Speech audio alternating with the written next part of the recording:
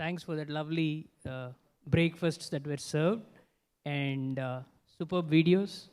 Thanks for the lovely session. Well, it's an interesting panel which says privacy first. I think that's self-explanatory. It's going to be a short live session. What we thought was we'll do a couple of rounds of each. There's some interesting questions that we came up, curated. But if audience wants to interrupt, please do any time in the time ahead. So Gartner uses this word called we are living in the world of ad siege. It also promulgates the fact that the respondents in the surveys that they do are confident of telling one thing, that no brand is using their data right. So there comes when browsers are themselves getting disrupted. I don't want to name the brands of the browsers, but we are moving to an age which is called the cookieless. So with that as a background, and also I thought I'll do a little phygital. So there's a paper here. So McKinsey says about 33% of Americans and global respondents believe none of the brands are using their personal data responsibly. That's a big statement.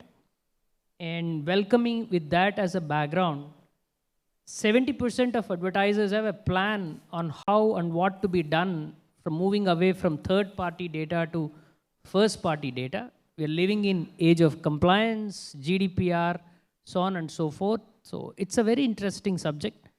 Without much delay, I would welcome my esteemed panelists to speak about that. We'd go clockwise, starting with Gaurav. And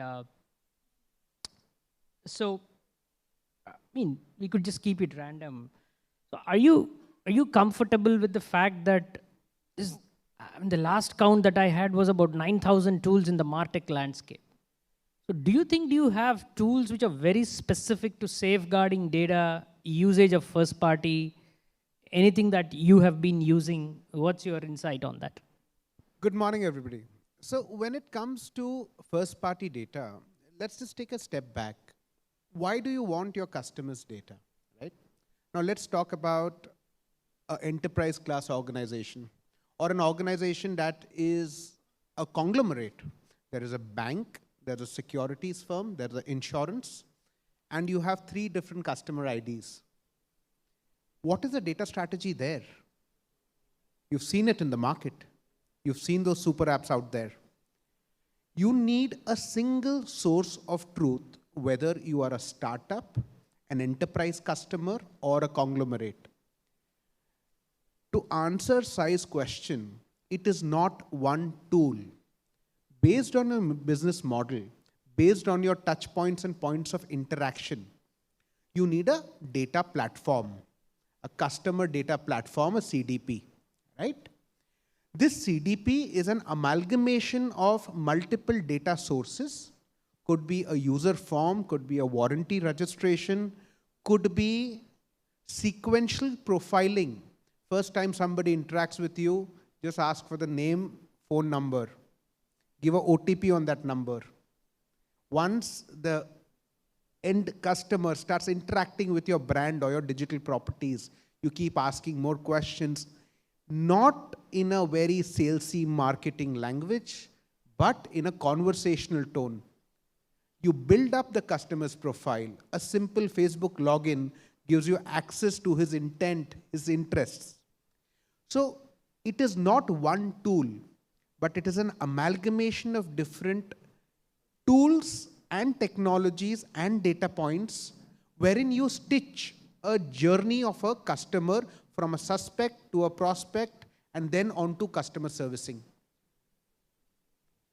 Summary, don't depend on a single tool, map your customer's journey, and whatever data you are amassing, first party, it is basically the trust that your end customer has put into you. Don't violate it. Of course, there are legal implications, but don't break your customer's trust, because that's the fundamental of who we are as marketeers.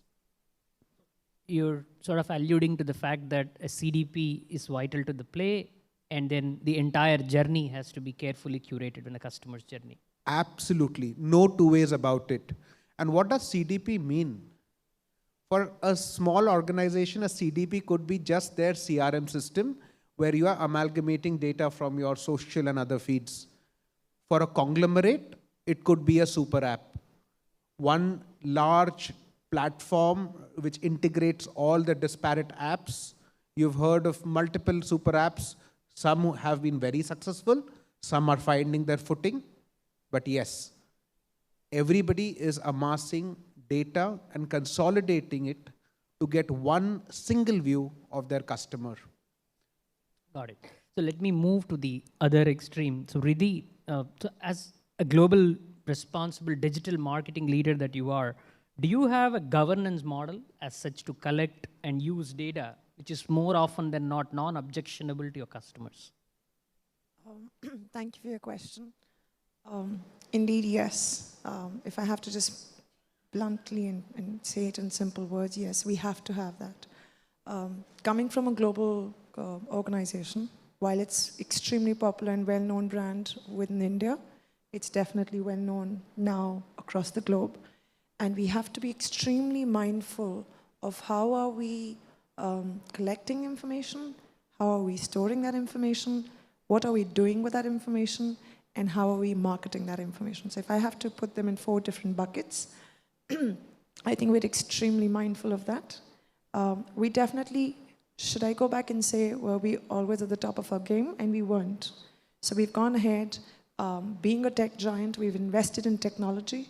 We've invested in going back and saying, what does GDPR, security, legal, compliance, consent, all of these different terminologies mean to a customer versus just us collecting data.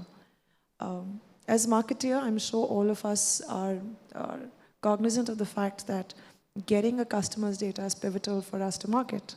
How do we connect with them if we don't know about them? And it's equally important for the customers to know that you're sharing information with us. We don't want to be in the race or the rat race of going back and saying, we're going to collect it all and not let you know of what you're sharing with us. So we've got an extremely robust governance policies, which means if any partner is engaging with us, besides the legal set of contracts, the compliance, going through all the security checks, going back and ensuring that we also go back and have every single city, and I'm using the word city and not country alone, every single city is evaluated on how data is collected and looked at all the 4 segments. And from there, we then start having a marketing collaboration. A lot of this is done in-house, to be honest with you. Whilst we do have agencies and partners whom we collaborate with, third-party partners, aggregators, etc. With that being said, none of this data comes back to us if the customer is not given us consent, is not rightfully and legally obtained, and we're not going to reach out to them. So if that means we pay a heavy price of not reaching out and losing the right word that Gaurav just said, trust of a customer, we're okay with it. But we're definitely not okay of wrongfully obtaining data to go back and say, this is something new that we have to go back and offer. I hope that answers your question. Absolutely. So it also elevates us to be more responsible marketeers. Absolutely. Right? While we spoke about governance, Sajin, so do you as such conceive something like a data relationship program and possibly a framework in sort of building this whole first-party database, right? So it's a myriad of agencies. There are various methods to collect data. I think it's very important to have a program and a framework. Right. Thank you for that question. I think if we have to talk about the data relationship management framework, I would actually broke it into 4 phases, right? The first phase is where you solicit customer information or you invite customer information, and that has to be very clearly communicated. It has to be in the layman's terms, right? It can't be in a legal verbatim where the customer doesn't understand what's going on. You have to be a little more creative and ask this question in a very nice way and educate the customer how this data will be used. That's the first part of it. The second part is creating or facilitating a system where these customers can go and edit their preferences, right? If today I'm subscribing for something, and then 2 months later, if I want to change that preference, I should be able to do that. And the third phase is where you actually communicate that you are allowed to go and change your preferences, so that they are able to maintain their relationship better with the customer, and customer is able to maintain relationship better with the company. The fourth phase is where you actually talk about the value that you add, right? Because in the same McKinsey report, it says that 2/3 of the customers are okay with sharing data or considering to share the data if you can demonstrate value, right? So as long as it's an offer or something that adds value to them. So that's broadly how we should conceptualize or devise our data management framework. That's good. So are there, Gaurav, do you have effective methods of actually tweaking, leveraging your existing CDP and any workarounds to make that so that it's more first-party friendly? Yeah. So like I said, when we talk about 360-degree marketing, every touch point, every point of interaction is an opportunity to gather data. It could be a website inquiry. It could be a registration at an event. It could be a webinar registration. Or it could be just a query that somebody puts across to our chatbot. What we've done is we have structured these point of interactions in such a manner that these point of interactions, the campaigns that we run, the collaterals that we create, and the strategy behind either having a gated or a form-based collateral versus an open collateral. So everything builds up towards building the profile of a customer. It does not happen overnight. The first interaction could be just, hey, what does Quality Kiosk do in chaos engineering? And the chatbot would give an automated response. And that is captured. Then there is some interaction over the email that also gets baselined and captured. And we notice that over a period of time, as these interactions become a value add to the end customer, the customer starts sharing more information. Send me a white paper, this is my official email address. Connect with me, this is my phone number. This is B2B, so have one of your salespeople or your consultants speak with me. And the profile keeps building. Don't try to accelerate this journey. Don't try to fast track this journey in an unethical way, right? That's been spoken about. So your governance framework has to be ironclad. Your content and your strategy behind collecting the data has to have a value add. And when you tie everything together, you will start building prospects into suspects into prospects very effectively over a period of time. And that's what we do well. Absolutely. So that brings us to the last dimension, right? So from a team standpoint, we all run teams of marketeers. What sort of orientation changes are you making to your existing digital marketing team, sensitizing them from the approach to first-party data? Sajin, do you have some insights? So see, there are certain things that we are doing today, and then there are certain things that we have to do tomorrow, right? There is a cookie-based programs that are alive today, and no one has seen the future. So I'm going to rely a little bit about on the history to make some of that decision. For example, what do we know, right? We know that GDPR was rolled out in 2018. We know that California around the same time launched there. Correct. Right, and then we know that there are other states who have come out. Hawaii, Maryland, New York, Massachusetts. They have proposed the same, and Apple has already tightened their noose around how this cookieless, consent-based program need to be done. And Google will probably, some others have followed the suit, but Google also continues to follow the suit, and then you will see that Google kind of moves away from cookie, moves away from the cookie-based program next year, or maybe it will get delayed. So until then, it's it's little uncertainty for digital marketers. You continue to rely on some of that cookie-based programs. But there are initiatives on consent-based, right? Which is what Gaurav also mentioned, and about gated content and how do you use that data, and GDPR kind of strengthened all of that. So that's how we are looking at it, moving from a cookie-based campaign programs to more consent-based programs. So that's the orientation that you give. Right. The last part so now we looked at the internal dimensions. How, as a responsible marketer, are you communicating this to your customers? Are you taking them into confidence that it's all about first data now, or there is a progressive move so that they are confident working and the trust factor is further elevated? Do you have some insights here to share? Sure. So I think it's a very important question that you place on the table. And the reason I'm saying that is, as marketers, we're always contemplating and connecting with various agencies, tools, technologies, and platforms. Each of them have a different style of collecting data, maybe for the same purpose, but definitely have a different style and intent of using the data.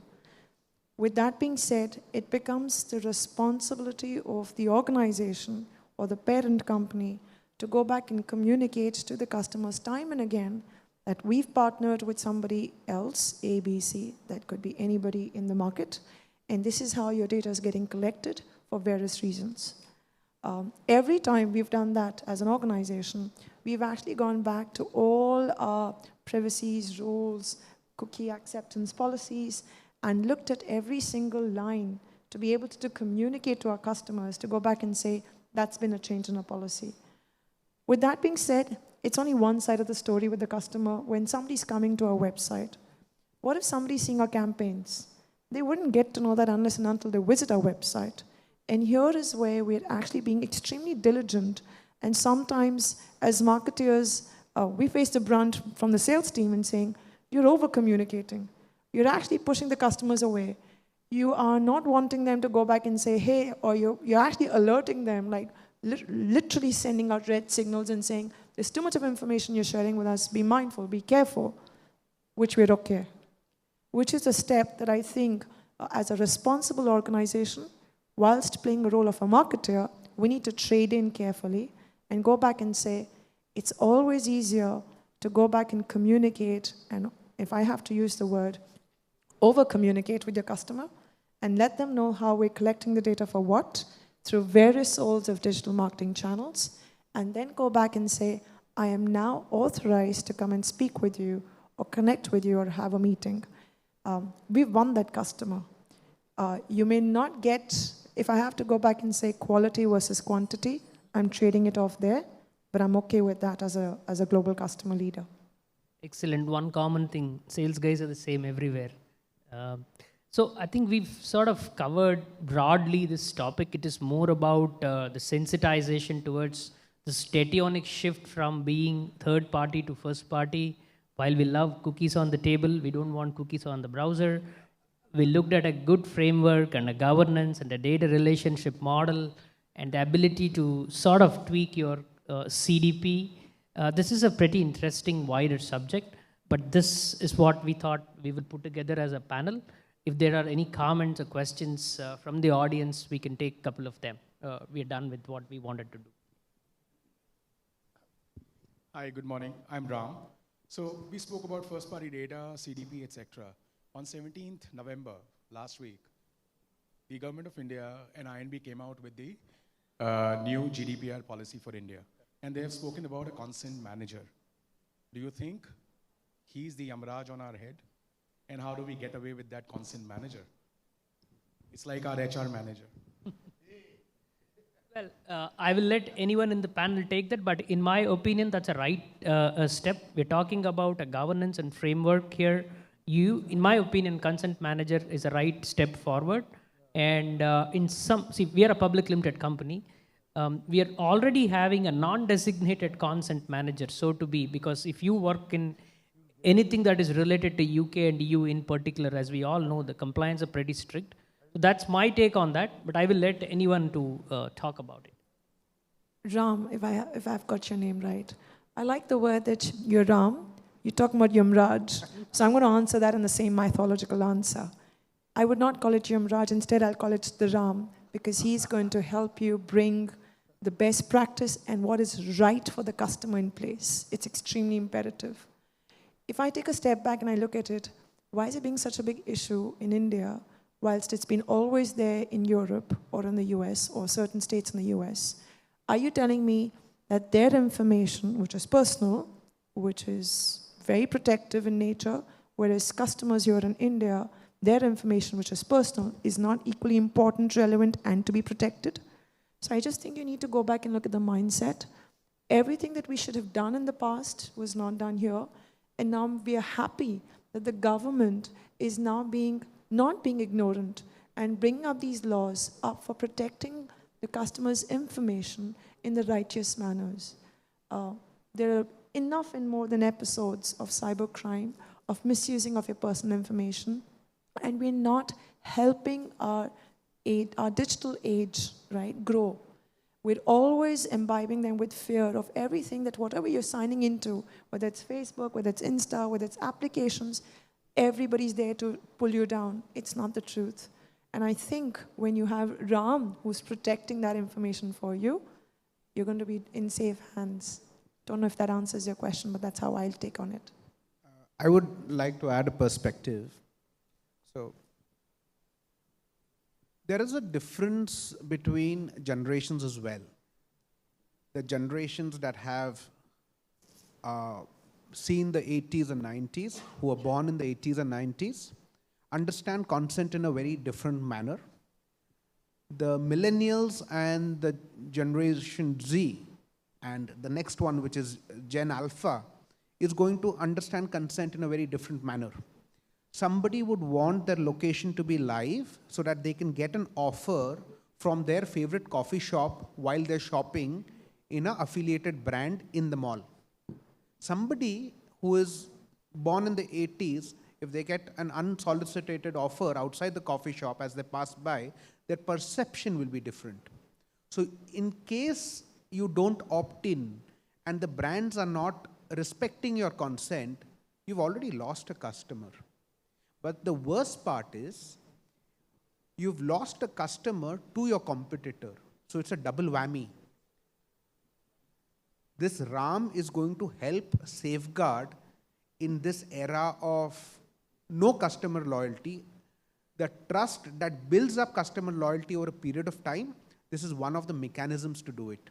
If the trust is lost, the relationship is lost, right? So there is a different perspective there. Could rather call it Arjun, because he can narrow it with both the hands, because you got to fight two things that you are saying. So I think in a way consent manager is a right step. Just one last perspective. It's not always about the data of the customers who's on the other side.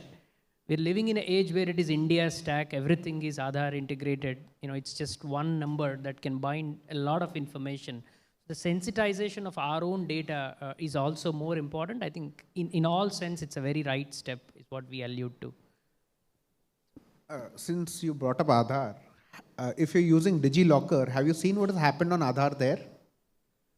The numbers are now X's and only the last masked, and the only last 4 digits are shown. This happened very recently. I think, in the interest of time, we are good. We could catch up further, but thanks for giving us this opportunity. Hope this was useful, and have a good day ahead. Thank you very much. Thank you. Thank you very much.